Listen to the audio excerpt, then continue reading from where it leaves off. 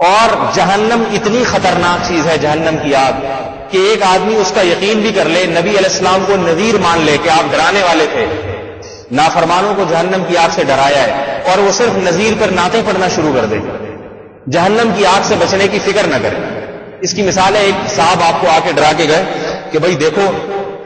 جلسے میں نہ جانا، کل جو جلسہ ہونے والا اس میں بہت بڑا بم پھٹنے والا ہے، کیا خیال ہے؟ وہ بتا رہا ہے، آپ کہہ رہے ہیں کوئی بات نہیں، بم تو پھٹے گا لیکن مٹھائی تو ملے گی نا جلسہ جب ختم ہوگا۔ مٹھائی کے لالچ میں آپ جانے کی کوشش میں لگے ہوئے، بم کی فکر نہیں ہے آپ، اور جو آپ کو ڈرا کے گیا نا بم پھٹے گا، اس کے نعتیہ کلام پڑھ رہے ہیں، اس نے دیکھو مجھے ڈرایا ہے، یہ نذیر ہے، ماشاءاللہ کتنا میرا خیر خواہ ہے، اس کی آنکھیں کتنی زبردست، اس کی زلفیں کتنی کالی، اور اس کا قد کتنا لمبا، اس کی ناک کتنی اونچی، اتنا پیارا سفیر میرے پاس بن کے آیا، اور اس نے مجھے جلسے میں پہلے ڈرا دیا،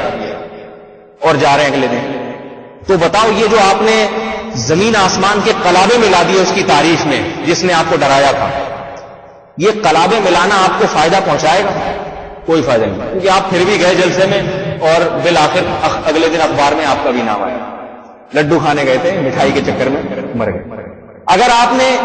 عمل کر لیا کہ بھائی اس نے مجھے ڈرایا ہے، وہاں بم پھٹے گا، نہیں گیا میں، تو آپ کو فائدہ ہو جائے گا۔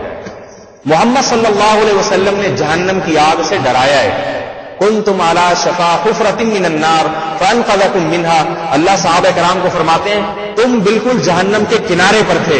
آگ کے گڑھے کے کنارے پر تھے، اللہ نے محمد صلی اللہ علیہ وسلم کے ذریعے تمہیں اس آگ سے پیچھے کو کھینچا ہے۔ مشرک تھے عرب سب،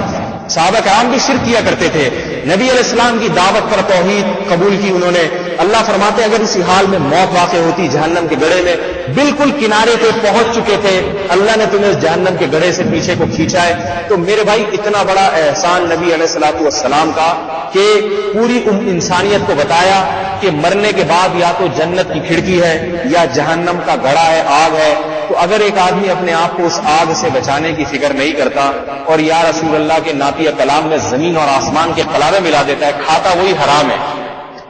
کھاتا وہی کنڈے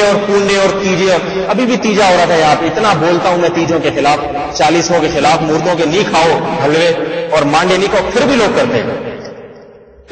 ہیں، مر جائے گا تو تیسرے دن کھائیں گے بوٹیاں تمبو لگا کے۔ سمجھ میں نہیں آتی اس قوم کو ہو کیا گیا میرے بھائی،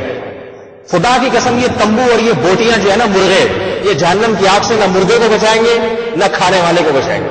یہ انگارے پیٹ میں اتارے جا رہے ہیں، تو پھر بھی وہی کام کریں گے۔ تو محمد صلی اللہ علیہ وسلم نے جہنم کی آگ سے بچنے کا جو طریقہ بتایا ہے، اس میں کنڈوں کا، قرآن خوانیوں کا، تیجوں کا اور چالیسوں کا کہیں بھی تذکرہ نہیں، کہیں بھی نہیں۔ کھانے کا نہیں ہے، روزہ رکھنے کا تو ملے گا آپ کو، کھانے کا نہیں ہے اس میں، کہ جو آدمی صبح نہار منہ ایک پلیٹ بریانی کھائے گا جہنم سے 1 کلومیٹر دور ہو جائے گا، ایسے کوئی حدیث سنی؟ جو اتنی مرغی کی اتنے حلوے کھا لے گا، اتنی بوٹیاں کھا لے گا، اللہ تعالیٰ اس کو جہنم سے اتنا دور کر لے گا۔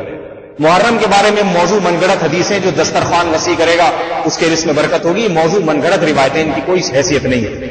روزہ رکھنے پر ہے جہنم سے کافی دور ہو جاتا ہے انسان، اور جو ہے نا روزہ ڈھال بن جاتا ہے گناہوں کے درمیان، جہنم کی آگ کے درمیان۔